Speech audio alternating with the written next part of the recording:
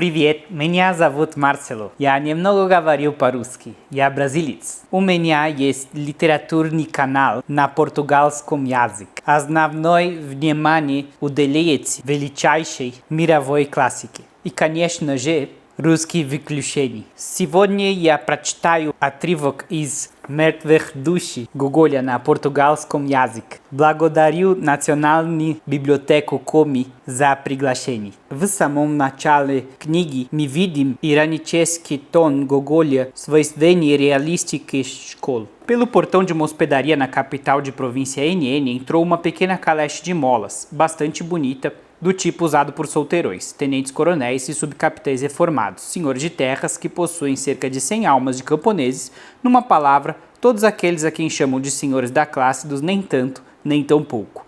Na caleche ia um senhor que não era lá muito bonito, mas que também não tinha aparência feia. Não era demasiado gordo nem magro em demasia. É impossível dizer que se chegava a ser velho, embora também não fosse tão jovem assim. Sua chegada não produziu na cidade absolutamente nenhum rebuliço e não foi marcada por nada de especial. Apenas dois mujiques russos que estavam na porta de uma cantina em frente à hospedaria fizeram algumas observações. No entanto, repararam mais na carruagem do que em seu passageiro. Ora essa, disse um para o outro. Olha só que roda.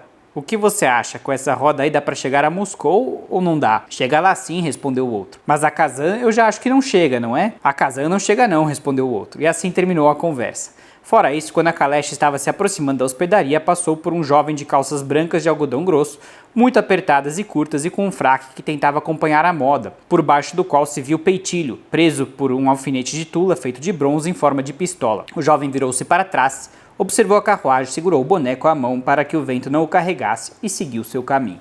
Спасибо.